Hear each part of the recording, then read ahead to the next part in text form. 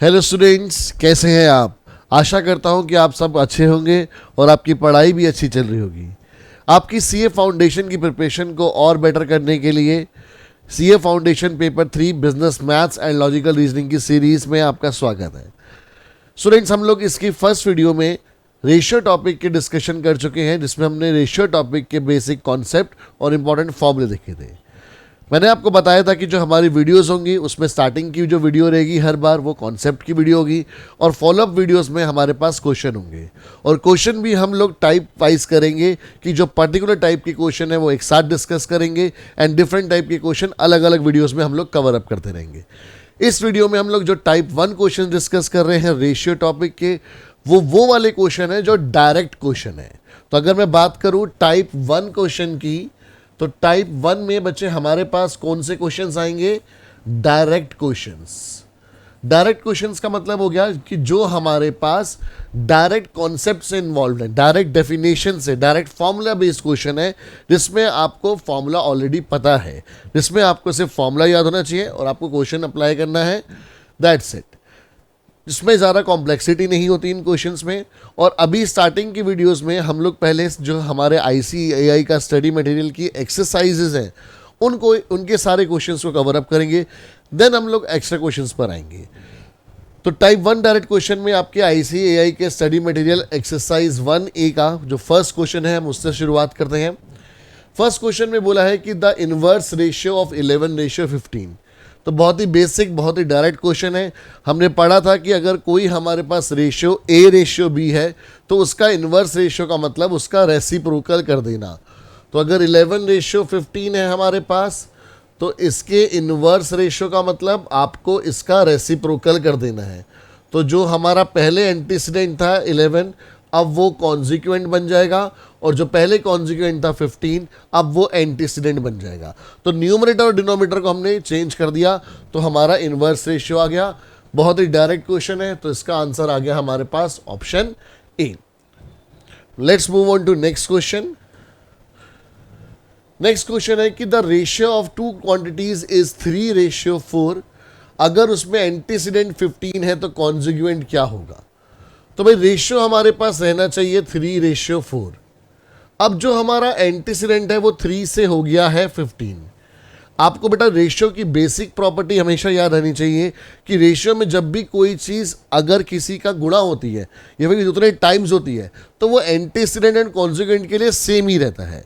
जैसे इस क्वेश्चन में जो हमारा एंटीसीडेंट है वो 3 से 15 हो गया, मतलब अगर मैं 3 में गुणा करूँ 5, मतलब 3 का 5 टाइम्स करूँ तो वो 15 हो जाता है। तो वहाँ पर कॉन्जिक्वेंट को भी क्या होना पड़ेगा? 5 टाइम्स ही होना पड़ेगा। ऐसा नहीं हो सकता कभी कि अगर एंटीसीडेंट 5 टाइम्स हुआ है तो कॉन्जुगेंट 4 टाइम्स हो रहा है या 2 टाइम्स हो रहा है।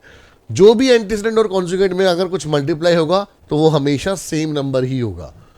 तो उसके हिसाब से 4 5 ज़ा 20। तो हमारे पास जो नया कॉन्जुगेंट आएगा वो आएगा 20। तो हमारा आंसर हो जाएगा ऑप्शन नंबर डी। तो जो नॉन मैथ्स बैकग्राउंड वाले स्टूडेंट है बेटा, आप बिल्कुल वीडियो को चाहे तो थोड़ा सा स्लो करके देखिएगा ताकि चीज़ें इजीली समझ में आए, क्योंकि जो मैथ्स बैकग्राउंड वाले स्टूडेंट्स हैं उनको ये काफ़ी इजी लगता है, तो वो इसको आगे 1.5x में या 2x में भी देख सकते हैं ताकि जल्दी वीडियो आपकी कवर अप हो जाए। और अगर आपको ऑलरेडी आता है तो आपका एक तरह से रिविजन हो जाएगा। ठीक है, तो हमारे को इस क्वेश्चन में याद क्या रखना है कि अगर कोई भी रेशियो है तो उसमें एंटीसीडेंट या कॉन्जुगेंट को अगर आप किसी नंबर से मल्टीप्लाई करते हो तो दूसरे को भी आपको उसी नंबर से मल्टीप्लाई करना पड़ेगा। अगर एंटीसीडेंट को आपने 5 टाइम्स करा है तो कॉन्जिक्वेंट को भी 5 टाइम्स करना पड़ेगा, तभी वो रेशियो सेम रहेगा। अब बेटा नेक्स्ट क्वेश्चन पर आते हैं। The ratio of the quantities is 5:7।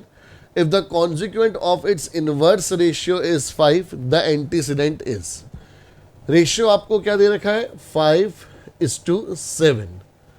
अब इसका इनवर्स रेशियो हमने करा है, the consequent of its inverse ratio. देखो, जो इसका इनवर्स रेशियो हम करेंगे तो वो आएगा 7:5। हमने रेसिप्रोकल कर दिया। अब जो कॉन्जिक्वेंट आया है वो 5 है, तो एंटीसीडेंट कितना है? 7। बिल्कुल डायरेक्ट क्वेश्चन, कुछ इसमें कॉम्प्लिकेशन नहीं थी।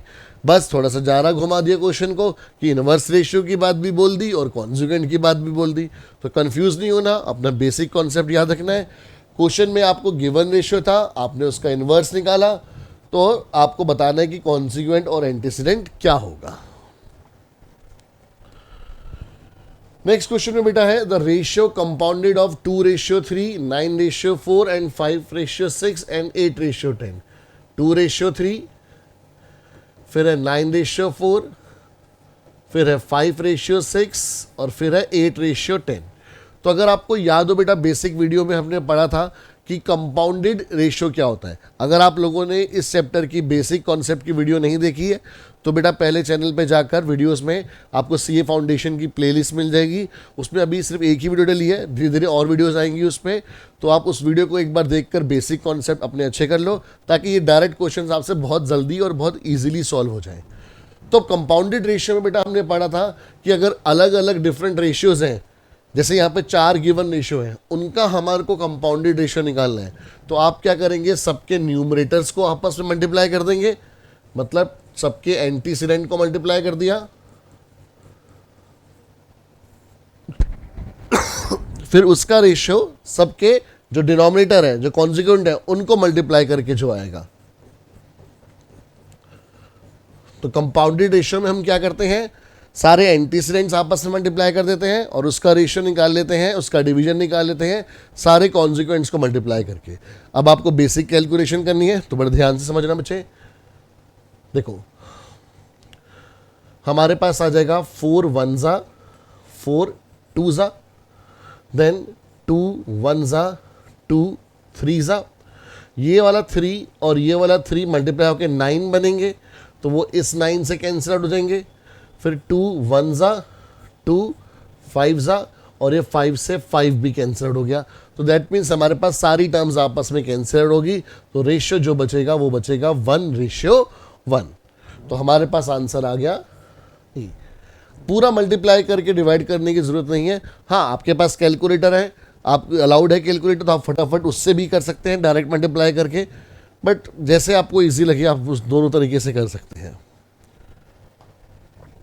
नेक्स्ट क्वेश्चन आता है बेटा द डुप्लीकेट रेशियो ऑफ 3:4। तो बाय डायरेक्ट डेफिनेशन क्वेश्चन है हमारे पास से। 3:4 का डुप्लीकेट रेशियो का मतलब है कि एंटीसीडेंट का भी आपने स्क्वायर कर देना है और कॉन्सिक्वेंट का भी स्क्वायर कर देना है। जो बेसिक कंसेप्ट की वीडियो हमने पढ़ी थी उसमें हमने एग्जाम्पल भी यही लिया था, तो हमारे को याद ही होना चाहिए क्वेश्चन तो डायरेक्ट। इसका आंसर 9:16 हमारा ऑप्शन नंबर सी। तो डुप्लीकेट में डायरेक्टली हम स्क्वायर कर देते हैं दोनों एंटीसीडेंट और कॉन्सिक्वेंट का। और सब डुप्लीकेट में क्या करते हैं हम लोग, आपको बताया था कि सब वर्ड आप याद रखेंगे रेसिप्रोकल ऑफ पावर। डुप्लीकेट में पावर स्क्वायर के लिए 2 ही थी, तो सब डुप्लीकेट में हमारे पास पावर हो जाएगी 1/2 और 25 की पावर 1/2 मतलब √25। ऐसे ही √36 और 25 का अंडर रूट होता है 5 और 36 का अंडर रूट होता है 6। तो हमारे पास डायरेक्टली आंसर आ गया 5:6। That means option number D. Duplicate में आपने स्क्वायर किया था और सब डुप्लीकेट में आप पावर 1/2, ऐसी ट्रिप्लीकेट में पावर 3 और सब ट्रिप्लीकेट में पावर 1/3। तो सब वर्ड को आप याद रखो कि पावर आप रेसिप्रोकल कर देंगे। तो आई गया हमारे पास क्वेश्चन कि ट्रिप्लीकेट रेशियो ऑफ 2:3। तो 2 का क्यूब रेशियो 3 का क्यूब, 2 का क्यूब 8 और 3 का क्यूब 27। तो ऑप्शन ए हमारे पास आंसर आ गया। तो बच्चे ये सारे डायरेक्ट क्वेश्चन है, इसलिए टाइप 1 की जो हमने बनाई है जो डायरेक्ट क्वेश्चन है वीडियो, हमारे पास जो डायरेक्ट क्वेश्चंस की वीडियो है ये कि आपको जल्दी जल्दी एक बार रिवीजन हो जाए। अगर आप खाना खाते टाइम या मेट्रो में कभी ट्रेवल कर रहे हैं इसको देख लेंगे, और अगर आपके पास लिखने के लिए कुछ नहीं भी है तो आपके पास एक तरह से एक्सरसाइज पूरी रिवाइज हो जाएगी। देन अगेन उसी कॉन्सेप्ट पर सब ट्रिप्लीकेट के लिए पावर आप 1/3 कर देंगे। अब 8 की पावर 1/3 के लिए आपको बताया था कि पहले 8 को हम 2 का क्यूब लिख सकते हैं और 27 को 3 का क्यूब लिख सकते हैं। ये हमारे पास दोनों कैंसिल आउट हो गए, तो आंसर आ गया 2:3। 3, तो हमारे पास ऑप्शन सी हमारा आंसर बन जाएगा। ठीक है बच्चे,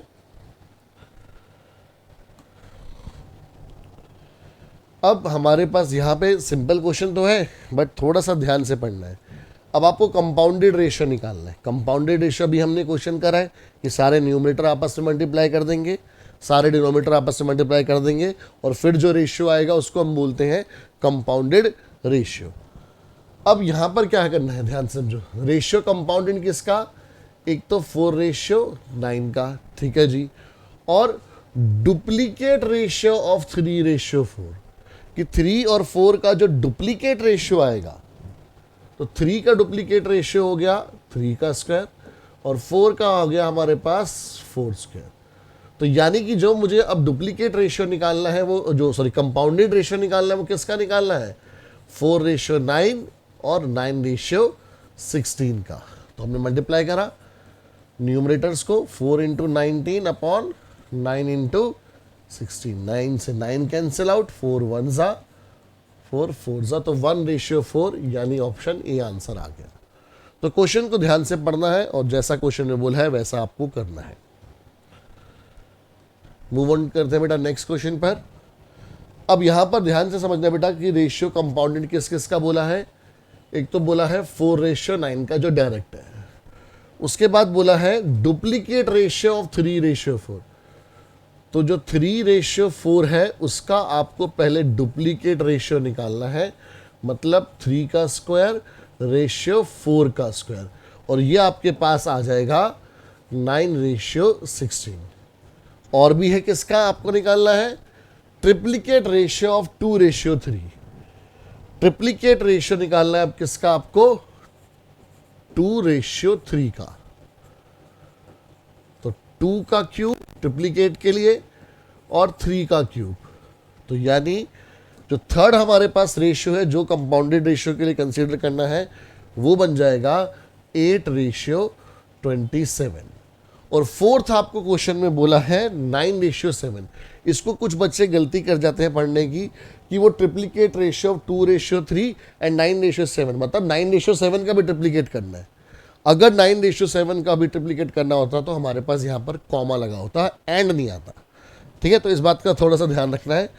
एंड 9:7, तो इन चार चीज़ों का हमारे को क्या करना है, कंपाउंडेड रेशियो निकालना है।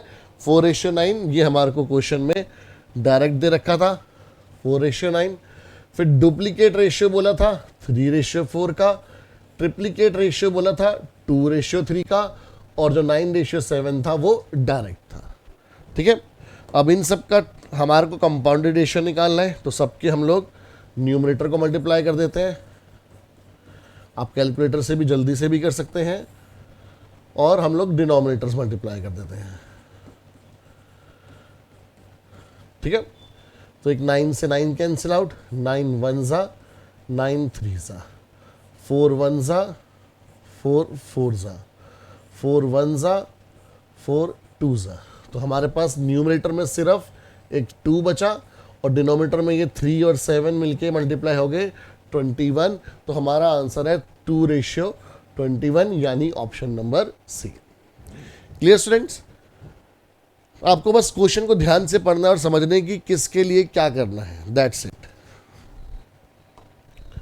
देन आते हैं हम लोग क्वेश्चन नंबर 11 पर।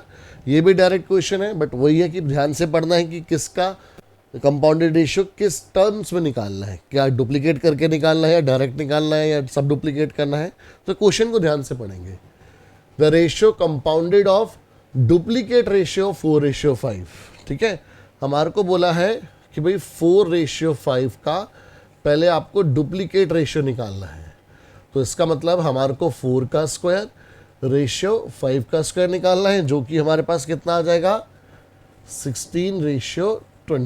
तो एक तो हमारे को पहला रेशियो मिल गया जिसका कंपाउंडेड रेशियो निकालना है 16:25। फिर बोला है ट्रिप्लीकेट रेशियो ऑफ 1:3। तो फिर हमारे को अब 1:3 का ट्रिप्लीकेट रेशियो निकालना है, मतलब 1 का क्यूब रेशियो 3 का क्यूब। तो ये आएगा हमारे पास 1:27। Then sub duplicate ratio of 81 ratio 256। अब 81 रेशियो 256 का सब डुप्लीकेट रेशियो मतलब under root of 81 ratio under root of 256। अब आपको मैंने बोला था बेटा कि 20 तक या फिर 30 तक अगर हो सके पॉसिबल, वरना मिनिमम 20 तक तो आपको सबके स्क्वायर्स और क्यूब स्टेप्स पर होने चाहिए। कैलकुलेटर पे आप टाइम वेस्ट मत करना, ये आप सिर्फ देखते ही आपको आंसर पता होगा कि कैलकुलेटर पे अगर हमारा 1 सेकंड या 2 सेकंड भी एक्स्ट्रा लग रहा है तो हमें वो भी बचाना है कि अगर कॉम्पिटिटिव एग्जामिनेशन में सक्सेस चाहिए तो टाइम सेव करना हमारे को आना चाहिए। सॉरी। तो 81 का बेटा सब डुप्लीकेट रेशियो हो गया हमारे पास 9 और 256 का हो गया हमारे पास 16। तो यानी कि जो थर्ड क्वांटिटी है जो कंपाउंडेड रेशियो में यूज होनी है वो है 9 रेशियो 16। फिर बोला है सब ट्रिप्लीकेट रेशियो ऑफ 125 रेशियो 512। अब 125 रेशियो 512 का हमारे को सब ट्रिप्लीकेट रेशियो निकालना है, यानी कि क्यूब रूट निकालना है। तो अगर आपको क्यूब्स याद है तो क्यूब रूट ऑटोमेटिकली याद हो जाएंगे। तो हमारे पास 125 का क्यूब रूट होता है 5 और 512 का क्यूब रूट होता है 8। ठीक है, तो आप ये याद रख सकते हैं बेटा, अगर आपको क्लियरली याद है तो कोई दिक्कत नहीं आएगी। अब इन सब का हमारे को कंपाउंडेड रेशियो निकालना है, तो सबके न्यूमरेटर्स आप आपस में मल्टीप्लाई कर दो, डिवाइड बाय सबके डिनोमिनेटर्स आपस में मल्टीप्लाई कर दो। ठीक है, तो 16 से 16 कैंसिल हो जाएगा, 5 1 जा 5 5 जा 9 1 जा 9 3 जा। तो ये आ रहा है हमारे पास जो रेशियो आ रहा है 1 बाय, और ये बनेगा हमारे पास कितना 5 3 जा 15 और 15 8 जा 120। तो 1 रेशियो 120। तो मेरे ख्याल में यहाँ पर हमारे पास कोई भी ऐसी ऑप्शन नहीं है, तो हमारे पास आंसर में आएगा नन ऑफ दीज। ठीक है, एंड सब एक बार हम चेक कर लेते हैं दोबारा से क्योंकि ऑप्शन नहीं है हमारे पास। तो 4 रेशियो 5 का डुप्लीकेट रेशियो हो गया 16 रेशियो 5, 1 रेशियो 3 का ट्रिप्लीकेट रेशियो हो गया 1 रेशियो 27, 81 रेशियो 256 का सब डुप्लीकेट हो गया 9 रेशियो 16, और 125 रेशियो 812 का हो गया हमारे पास। ठीक है, और 5 रेशियो 8, और बिल्कुल ठीक है हमारे पास 16 1 9 5 25 27 16।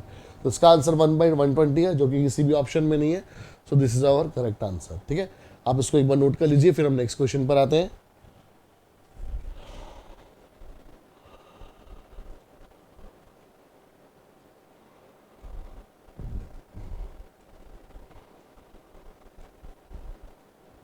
ठीक है, अब आते हैं बेटा नेक्स्ट क्वेश्चन पर। नेक्स्ट दोनों क्वेश्चन बहुत इंपॉर्टेंट है हमारे पास। जो एक्सरसाइज 1A में अगर आप देखो तो सबसे अलग से यही 2 क्वेश्चन हैं जो बचे हुए हैं हमारे पास। क्वेश्चन में बेटा आपको बोला है कि अगर P रेशियो Q सब डुप्लीकेट रेशियो है P minus x square ratio Q minus x square का। ठीक है, तो इसका मतलब क्या है, क्वेश्चन को ध्यान से समझना है अपने सॉल्यूशन में कि सब डुप्लीकेट रेशियो ऑफ दिस, तो मतलब under root of P minus x square upon under root of Q minus x square. क्योंकि सब डुप्लीकेट रेशियो में हम लोग पावर 1/2 कर देते हैं, और पावर 1/2 का मतलब अंडर रूट होता है। तो इसका जो सब डुप्लीकेट रेशियो है वो कितना है, P रेशियो Q। ठीक है, तो आपको बताना है कि सब duplicate ratio of this is P/Q। तो इन चारों ऑप्शन में से क्या आंसर आएगा। तो अब ऐसी चीज़ें आपको सिंप्लीफाई करके ही मिलेंगी, आपको ऐसे क्वेश्चन पे टाइम इन्वेस्ट करना ही पड़ेगा, यहाँ पर कोई ट्रिक काम नहीं आएगी। तो जितनी स्ट्रॉन्ग आपका बेटा बेसिक कैलकुलेशन होगी उतना ही स्ट्रांगली और उतना ही जल्दी आप इसके आंसर तक पहुँच जाओगे। तो सबसे पहले बेटा सॉल्व करने के लिए आपको ये अंडर रूट हटाना पड़ेगा, और अंडर रूट हटाने के लिए पता है हमारे को स्क्वायरिंग करनी पड़ती है। तो हमने करा स्क्वायरिंग बोथ साइड। ये सिर्फ आपको समझाने के लिए मैं यहाँ पर लिख रहा हूँ, एग्जाम में ऐसा आप कुछ नहीं लिखेंगे, डायरेक्ट स्टेप्स पर आएंगे, टाइम बचाना है हमारे को। तो अंडर रूट का स्क्वायर कर देंगे तो अंडर रूट हट जाएगा, ये P माइनस एक्स स्क्वायर हो गया, ये Q माइनस एक्स स्क्वायर हो गया। स्क्वायरिंग होगी तो दोनों साइड होगी, राइट साइड पर ये हो गया P स्क्वायर और ये हो गया Q स्क्वायर। अब हमारे पास और कोई ऑप्शन तो है नहीं, तो हम लोग सिर्फ क्या करेंगे यहाँ पर क्रॉस मल्टीप्लाई। ठीक है, तो पहले p इस क्यू स्क्वायर से मल्टीप्लाई होगा तो वो बनेगा पी क्यू स्क्वायर, फिर एक्स स्क्वायर इससे मल्टीप्लाई होगा तो minus x square Q square. Similarly right hand side पर पहले पी स्क्वायर मल्टीप्लाई होगा क्यू से तो पी स्क्वायर क्यू, फिर पी स्क्वायर मल्टीप्लाई होगा एक्स स्क्वायर से तो minus x square P square. ठीक है, अब हमने क्या करा इसमें कि जो हमारे पास सेम टाइप वाली टर्म्स हैं उनको इकट्ठा कर लिया। तो एक्स स्क्वायर वाली सारी टर्म्स हमने इकट्ठी कर ली और पी स्क्वायर वाली हम टर्म्स इकट्ठी कर ली। तो उसके लिए मैंने इसको इधर भेजा और इसको इधर भेजा। ठीक है, एक्स वाली टर्म जिन टर्म्स के अंदर एक्स आ रहा है उनको इकट्ठा कर लिया और जिनमें एक्स नहीं आ रहा उनको इकट्ठा कर लिया, ताकि ग्रुपिंग बराबर से हो जाए, ग्रुपिंग लॉजिक से हो। तो जब ये उधर जाएगा तो ये बनेगा एक्स स्क्वायर पी स्क्वायर और यहाँ पर ये तो ऑलरेडी पहले से ही था एक्स स्क्वायर क्यू स्क्वायर। ठीक है, तो मैंने बेटा इसको उधर भेज दिया है। अब ये वाली टर्म यहाँ से उधर आ चुकी है तो पहले जो पी स्क्वायर क्यू था वो तो एज इट इज रहेगा और ये इधर पॉजिटिव था तो उधर जाके नेगेटिव हो जाएगा, माइनस पी क्यू स्क्वायर हो गया। ठीक है, और ग्रुपिंग हमने जो सेम के हिसाब से इसलिए करी ताकि हम लोग कॉमन आउट ले सके चीज़ों को। तो अगर आप ध्यान से देखेंगे अब यहाँ पर एक्स स्क्वायर इन दोनों में कॉमन आ रहा है तो वो मैंने कॉमन ले लिया। जब मैंने एक्स स्क्वायर कॉमन लिया तो मतलब एक्स स्क्वायर यहाँ से हट गया, बचेगा क्या पी स्क्वायर, एक्स स्क्वायर यहाँ से भी हट गया, बचेगा क्या क्यू स्क्वायर। और अगर आप इधर देखेंगे और क्वेश्चन में हमारे को वैल्यू भी एक्स स्क्वायर की निकालनी है तो एक्स स्क्वायर तो आपको पता ही है कि अलग करना ही पड़ेगा। अब यहाँ पर अगर मैं देखूँ भाई दोनों में एक p भी आ रहा है और दोनों में एक q भी आ रहा है। पहली टर्म में p स्क्वायर का मतलब 2p है और एक q है और दूसरी टर्म में एक p है और 2q है। तो मैं ये बोल सकता हूँ कि दोनों में एक एक p और q तो कॉमन आ रहा है, तो इसलिए मैंने p और q कॉमन लिया। अब यहाँ पर p स्क्वायर मतलब 2p थे, उसमें से एक p बाहर जा चुका है तो सिर्फ एक p बचेगा, एक q था वो भी बाहर जा चुका है तो और कुछ नहीं बचेगा। फिर माइनस एक p है वो बाहर जा चुका है तो कुछ नहीं बचेगा, q स्क्वायर का मतलब 2q है, एक q बाहर जा चुका है तो एक q बचेगा। और यहाँ पर बेटा आपने जो 9th क्लास में 8th क्लास में आइडेंटिटीज़ पढ़ी थी, जो सबसे बेसिक आइडेंटिटी 3 होती हैं, उसमें से एक आइडेंटिटी होती है a square minus B square की, कि जो a square minus B square होता है वो होता है a प्लस बी और a माइनस बी। तो वही आइडेंटिटी मैंने यहाँ पर P square minus Q square में लगा दी। तो ये बन जाएगा हमारे पास p माइनस क्यू या p plus Q into P minus Q. हमारे को सिर्फ एक्स स्क्वायर निकालना है तो वो आ जाएगा P Q into P minus Q. अब ये दोनों इधर मल्टीप्लाई हो रहे हैं तो उधर जब जाएंगे तो क्या बन जाएंगे, डिवाइड बन जाएंगे। तो p प्लस क्यू और p माइनस क्यू, यहाँ पर p माइनस क्यू से p माइनस क्यू कैंसिल हो गया और मेरा आंसर मुझे मिल गया P Q upon P plus Q, यानी ऑप्शन सी। तो बेटा थोड़ी सिंप्लीफिकेशन करनी है, बट सिंप्लीफिकेशन भी रैंडमली नहीं करनी, सिंप्लीफिकेशन लॉजिक के हिसाब से करना है। इस क्वेश्चन का लॉजिक क्या था कि आपको अंडर रूट दिखा तो अंडर रूट को हटाने के लिए सबसे पहले हम स्क्वायर करते हैं, तो हमने वो स्क्वायर करा और फिर ग्रुपिंग करी। ग्रुपिंग इसलिए करी क्योंकि एक्स स्क्वायर कॉमन आना चाहिए, क्योंकि हमारे से क्वेश्चन में पूछा ही एक्स स्क्वायर है। तो बेटा आप इसके सॉल्यूशन को नोट कर लीजिए, फिर हम लोग नेक्स्ट क्वेश्चन पर आते हैं। चलिए अब लास्ट क्वेश्चन देखते हैं बेटा इस टाइप की सीरीज में। ये भी थोड़ा सा डिफिकल्ट क्वेश्चन लगता है बच्चों को, बट बहुत बार आप इस क्वेश्चन को प्रैक्टिस करते ही हैं। तो हमारे को लॉजिक समझना है कि जो लॉजिक क्या है। यहाँ पर क्वेश्चन में हमारे को बोला है कि अगर 2s ratio 3t is the duplicate ratio of 2s minus P ratio 3t minus P. तो सॉल्यूशन में हमने देखा कि 2s माइनस पी का अपॉन 3t माइनस पी, इनका जो डुप्लीकेट रेशियो है, डुप्लीकेट रेशियो के लिए हमारे को स्क्वायर करना पड़ता है, वो है 2s बाय 3t। अब यहाँ पर आपसे किसी की वैल्यू नहीं पूछी है तो हमें ये नहीं पता अभी कि ग्रुपिंग कैसे और किस हिसाब से करनी है। देन आपको बताना है इन चारों में से क्या ऑप्शन आएगा। बट अगर मैं ऑप्शन को देखूं तो मुझे ऑप्शन में P एक तरफ दिखाई दे रहा है, S और T एक तरफ दिखाई दे रहा है, 3 ऑप्शन में, चौथा तो नन ऑफ दीज है। तो मेरे दिमाग में रहेगा कि मुझे कहीं ना कहीं P को अलग करना है। तो मेरी जो कैलकुलेशन होगी, जो क्वेश्चन की स्टार्टिंग होगी, वो भी अकॉर्डिंगली होगी। अब इधर स्क्वायर है, अब मैं स्क्वायर को उधर भेज के रूट तो करूँगा नहीं, कि और कॉम्प्लिकेटेड हो जाएगा। मैं सिंपली इसको सॉल्व करना शुरू करूँगा। यहाँ पर बेटा होल स्क्वायर है दो चीज़ों का तो, और बीच में माइनस साइन है, तो आपको आइडेंटिटी याद होगी। जैसे अभी पिछले क्वेश्चन में हमने आइडेंटिटी की बात की थी, एक दूसरी आइडेंटिटी होती है a माइनस बी का whole square which is a square plus B square minus 2ab। ये सबको याद होगी आपको। तो बेटा वही आइडेंटिटी हम यहाँ पर यूज़ कर रहे हैं। तो ये बनेगा 2s का स्क्वायर प्लस p का स्क्वायर माइनस 2। a इस समय 2s है, b की जगह पर p है। वही चीज़ हमने डिनोमिनेटर में करी। a यानी कि 3t का स्क्वायर, b यानी p का square minus 2 a into B. अब बेटा कुछ बच्चे यहाँ पर गलती कर जाते हैं जो थोड़ा सा बेसिक पर ध्यान नहीं देते, कि वो इस p स्क्वायर से इस p स्क्वायर को काट देंगे। तो ऐसी बेवकूफ़ी नहीं करनी है, ऐसी गलती नहीं करनी है बच्चे, क्योंकि अभी देखो आपस में ये ऐड और सब्ट्रैक्ट हो रहे हैं।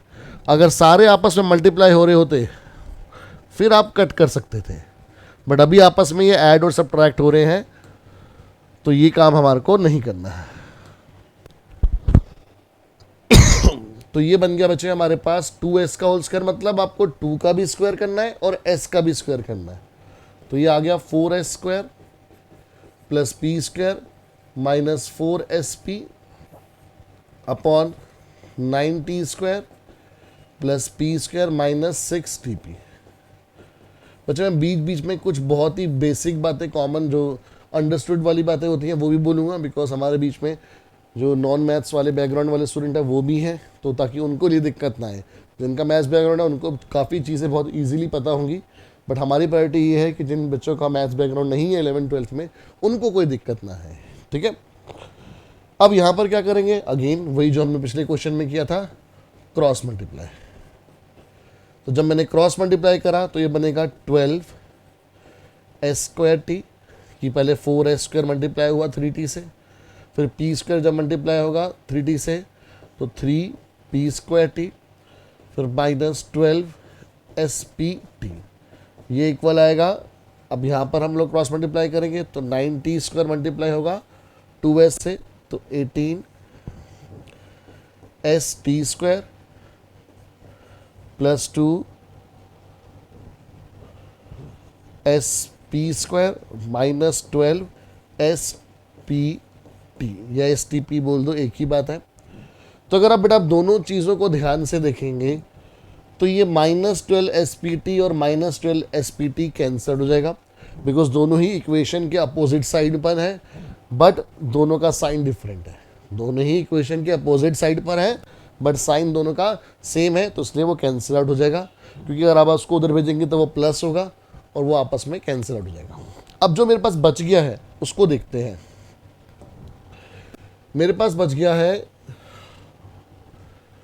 12s square T plus 3p square T left hand side पर, और राइट हैंड साइड पर बच गया है 18st स्क्वायर। बेटा मैं आइडेंटिटी रब कर देता हूँ, और प्लस 2sp स्क्वायर।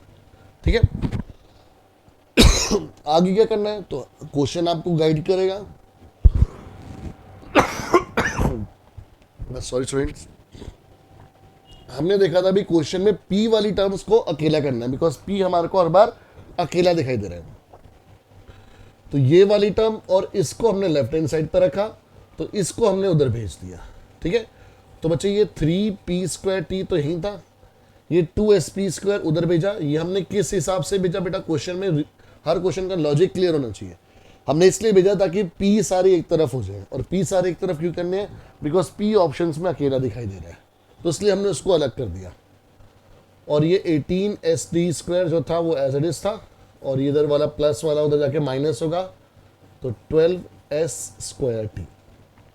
अब अगर बेटा मैं इन दोनों में देखूं तो सिर्फ p स्क्वायर कॉमन आ रहा है, बचेगा क्या 3t माइनस 2s। यहाँ से p स्क्वायर निकला, एक 3 और t बचा, यहाँ से p स्क्वायर निकला तो 2 और s बचा। अब इधर देखो, पहले नंबर्स को देखते हैं। 18 और 12 में तो हमारे पास 6 कॉमन आ जाएगा, ये 18 और 12 में 6 कॉमन होता है। st स्क्वायर मतलब 1s 2t, s square T का मतलब 2s और 1t, तो मतलब जैसे पिछले क्वेश्चन में किया था, दोनों में एक एक s और t कॉमन आ गया। तो इधर देखो 18 में से 6 कॉमन चला गया, बचा 3, एक s चला गया, कुछ नहीं बचा, t स्क्वायर में से एक t चला गया तो t बचा, 12 में से 6 चला गया तो 2 बचा, s स्क्वायर में से एक s चला गया तो एक s बचा, t का t पूरा चला गया, कुछ नहीं बचा। तो मेरे पास p स्क्वायर किसके इक्वल आया, 6st,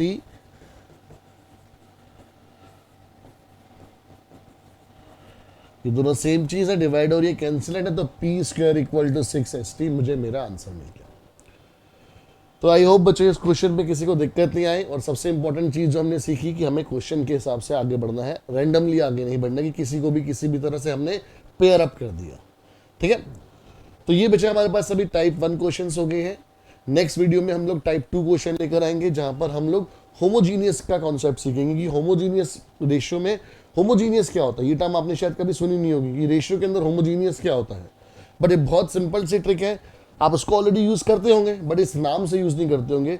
ये नाम आपको याद रखना होगा आगे आने वाली वीडियोस में, ताकि आप लोग कॉन्सेप्ट को और बेटर समझ सकें, और जब दूसरी जगह पर यूज होंगी ऐसी चीजें तो वहां पर आपको क्लियरिटी हो। तो बच्चे अगर आपको वीडियो अच्छी लगी तो अपने फ्रेंड्स वगैरह के साथ जरूर शेयर कीजिए। अगर आपको इस टॉपिक पर कोई भी डाउट आ रहा है तो जो नीचे नंबर फ्लैश हो रहा है आप उस पर मुझे व्हाट्सएप भी कर सकते हैं। कोई भी क्वेश्चन आपको से सॉल्व नहीं हो रहा, कोई भी कॉम्प्लेक्सिटी आ रही है, उस क्वेश्चन की फोटो खींचिए और मुझे इस नंबर पे व्हाट्सएप कर दीजिए, आपको सॉल्यूशन मिल जाएगा। आगे आगे हमारे पास वीडियोस और आती रहेंगी, ज़्यादा से ज़्यादा स्टूडेंट्स हमारे साथ जुड़े ताकि हम लोग फ्यूचर में कुछ टाइम बाद लाइव सेशंस ले सकें, जहाँ पर आप अपने लाइव डाउट्स भी पूछ सकते हैं। ठीक है स्टूडेंट्स, टेक केयर, मिलते हैं नेक्स्ट वीडियो में for type 2 questions of ratio. Take care, पढ़ते रहिए एंड थैंक यू।